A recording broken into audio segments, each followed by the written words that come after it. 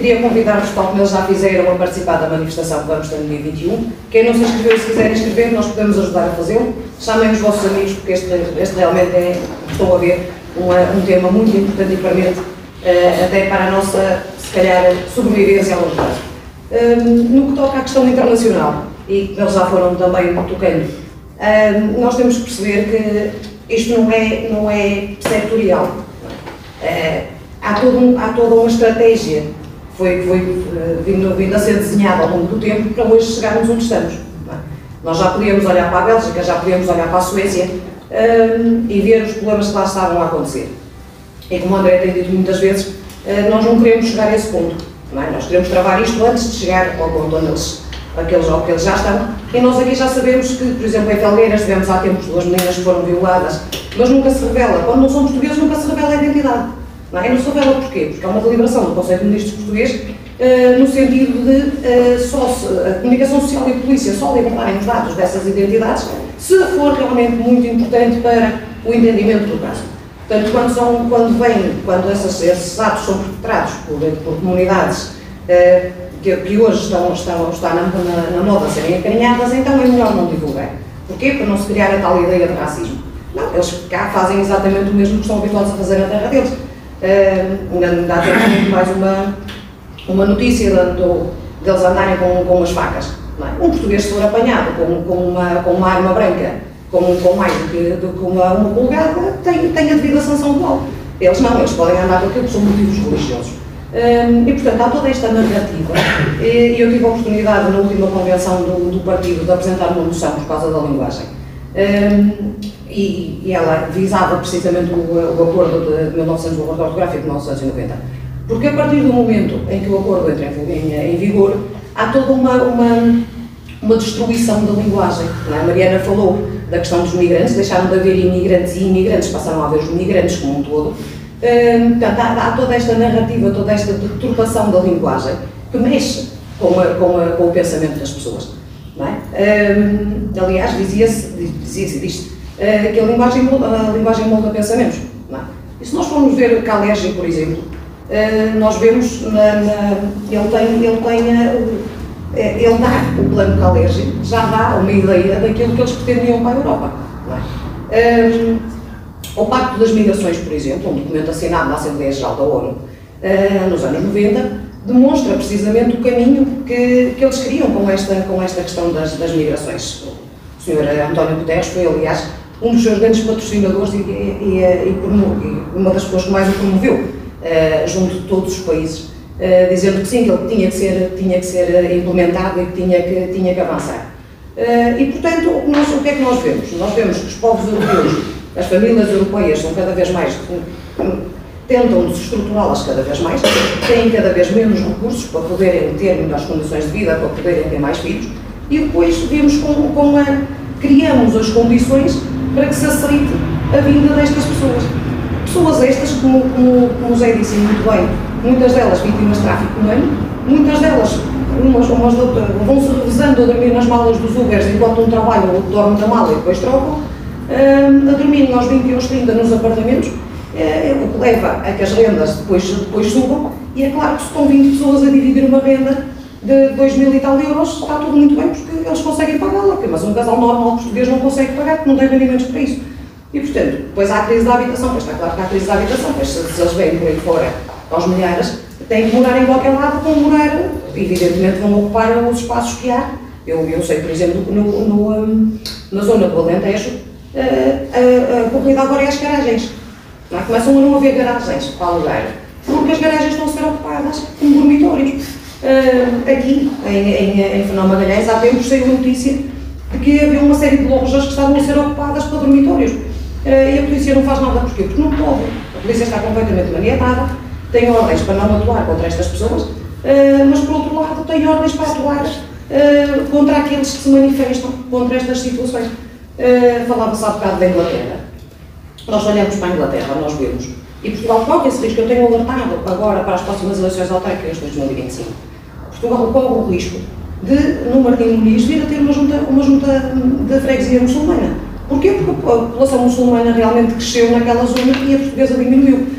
Nós olhamos para a Inglaterra e temos uma série de meios, portanto, os presidentes da Câmara, que são de origem muçulmana, e onde inclusivamente é aplicada a lei da Sharia. Eles têm tribunais da Sharia. Não é? Falava-se aqui da questão da insegurança. Há os tribunais chineses que julgam os chineses e há os tribunais da Sharia para julgar eles. Quer dizer, e nós passamos a estar a ser um enclave dentro da nossa própria terra, dos nossos próprios países, porque eles às nossas leis não obedecem. Não é?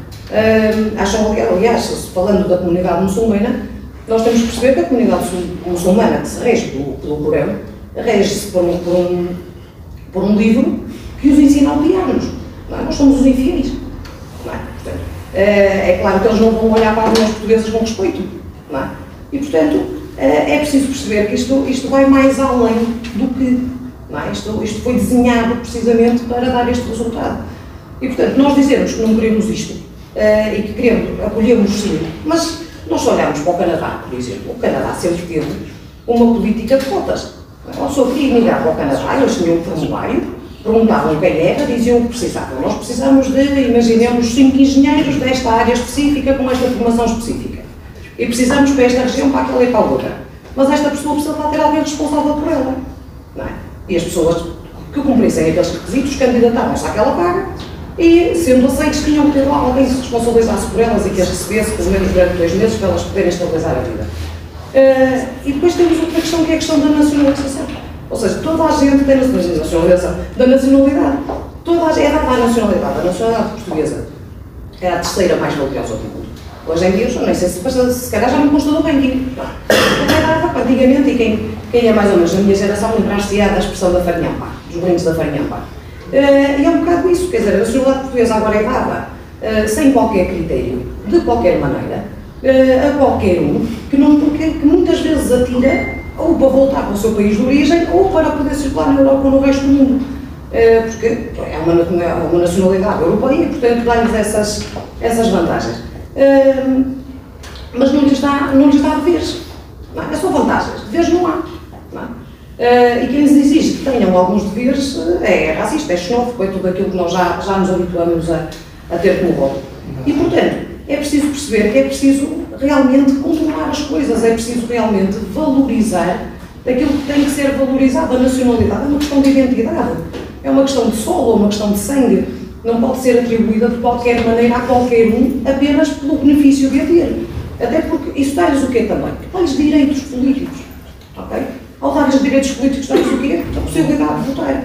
O que significa que se os nossos não votam, e nós temos uma taxa de abstenção altíssima, eles votam. Não é? Porque a eles não lhes interessa que lhes retirem os direitos. E isso acrescenta um outro problema. Porque se eles são nacionais portugueses, quando se fala, agora usa-se o termo de imigração, porque pelo visto o termo que é o correto é o repatriamento, é um termo muito duro. Nós não podemos ser duros nas palavras. Não podemos chamar as coisas, deixarmos de poder chamar as coisas aquilo que elas efetivamente são.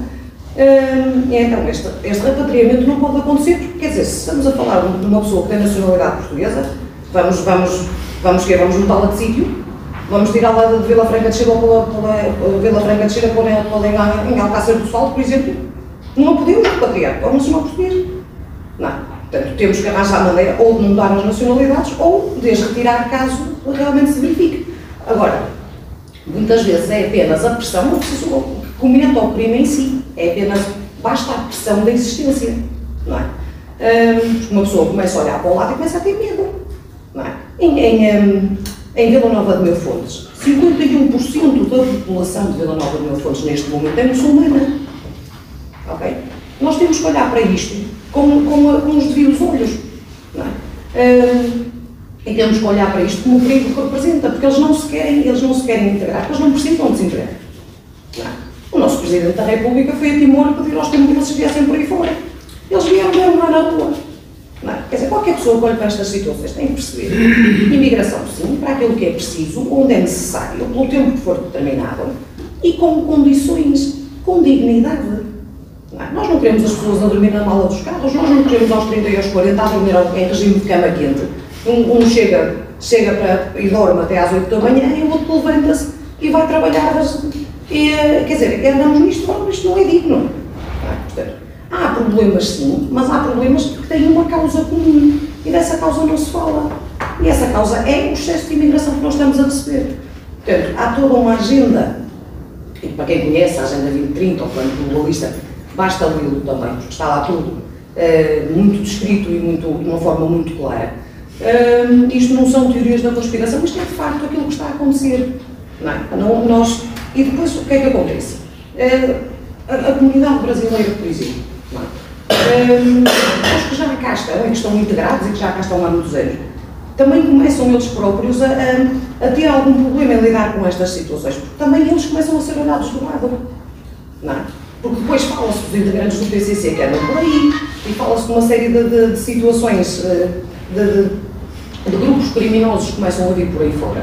Não é? E que não saem, ainda há tempo saiu a notícia da nossa Santa Casa, porque a nossa Santa Casa de Lisboa, a nossa Santa Casa da Misericórdia tinha negócios com o PCC, não, o PCC é uma organização terrorista. Não é um grupo de escotoeiros. Nós temos que ser um bocadinho mais criteriosos naquilo que fazemos, naquilo que vemos e na forma. E não temos medo de realmente denunciar as situações. Não é?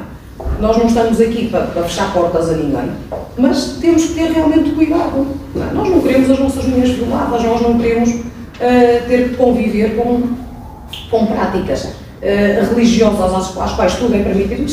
Se eu for a qualquer um dos países do Islã, eu não tenho que tapar a minha cabeça porque eles não gostam de ver cabelo. Não gostam de ver cabelo, aprendem a ver cabelo. Não é? Quer dizer, eu tenho que andar ali tapada. O que é que me acontece se eu for a um país do Islã com um crucifixo? Provavelmente saio logo os pés para a frente. Não é? Ou com a minha cabeça não agarrada ao meu pescoço conforme entrei. Não é? Eu quero praticar a minha fé num país do Islã. Não é que eu tenho uma igreja. Mas eles cá exigem que se façam mesquitas. Porque eles são muitos e têm que ter onde praticar a fé deles. Não é? E está tudo certo que cada um pratica a sua fé. Mas eu, se for para o país deles sem, vou ter limitações na prática da minha. Não é? Portanto, não vai há muito tempo, houve uma concentração, ao fim do Ramadão, o que foi, na Trindade, e estavam lá não sei quantos mil, não é? A cumprir as suas rezas.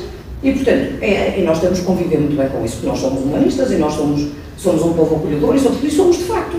E somos de facto. Agora, não podemos é permitir que outras culturas se sobreponham e anulem a nossa.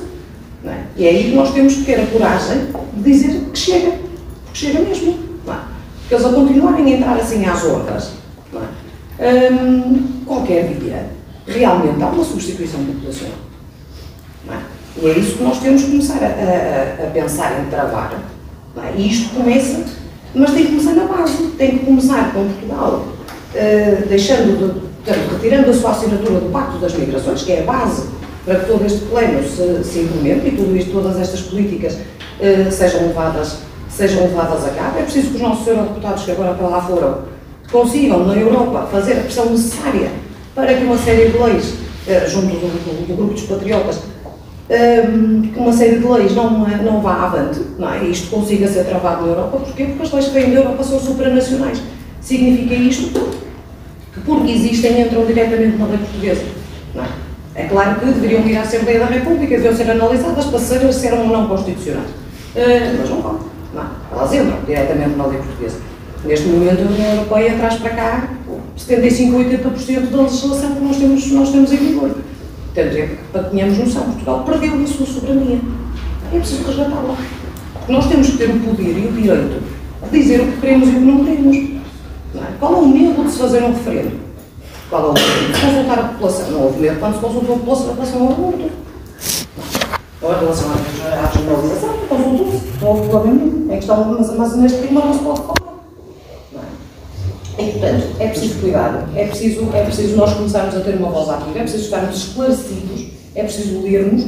É preciso percebermos realmente o que é que nos trouxe até aqui. E não ter medo de dizer que não queremos isto para nós. Não é? E agir em conformidade. E isso não nos torna numa coisa qualquer muito ameaçadora. Não, trata-se de um povo que se une em prol de si mesmo, em prol da sua defesa e da defesa da sua continuidade enquanto espécie. Não é?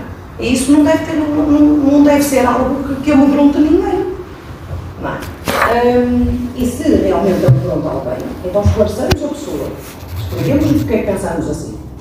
Se a pessoa de facto não estiver de acordo, tem uma regra que vai fazer uma expressão no meio da reunião. Vai ver como é que lá se vive. Pode ser que depois de constatar a realidade em loco, venha com outras ideias. Não é? Porque lá está. Quer dizer, a comunicação social, o que é que faz? A comunicação social muda pensamentos. Não é? Segue grandes. Não é? E, portanto, é isso, nós temos que começar a ter cuidado com aquilo que dizemos e perceber efetivamente o que é que estamos a dizer e o que é que a mensagem veicular nos quer passar. Não é? Porque chegamos à conclusão que isto é tudo para o nosso bem. Não é? São só 15 dias, vai ficar tudo bem. Não é? Só que não. E, portanto, nós que estamos a ver as coisas a longo prazo, não é? Precisamos que quem percebe aquilo que nós percebemos e quem vê aquilo que nós vemos, se junte a nós e traga mais gente. Não é? Porque senão, o que será? Se eles ganharem a junta de freguesia de lá de baixo do Martins, o que será? Não é? O que será se nós dois amanhã tivermos um tribunal da Sharia? E, portanto, é preciso realmente estarmos informados, estarmos conscientes e sabermos dizer que não fazer. Sim.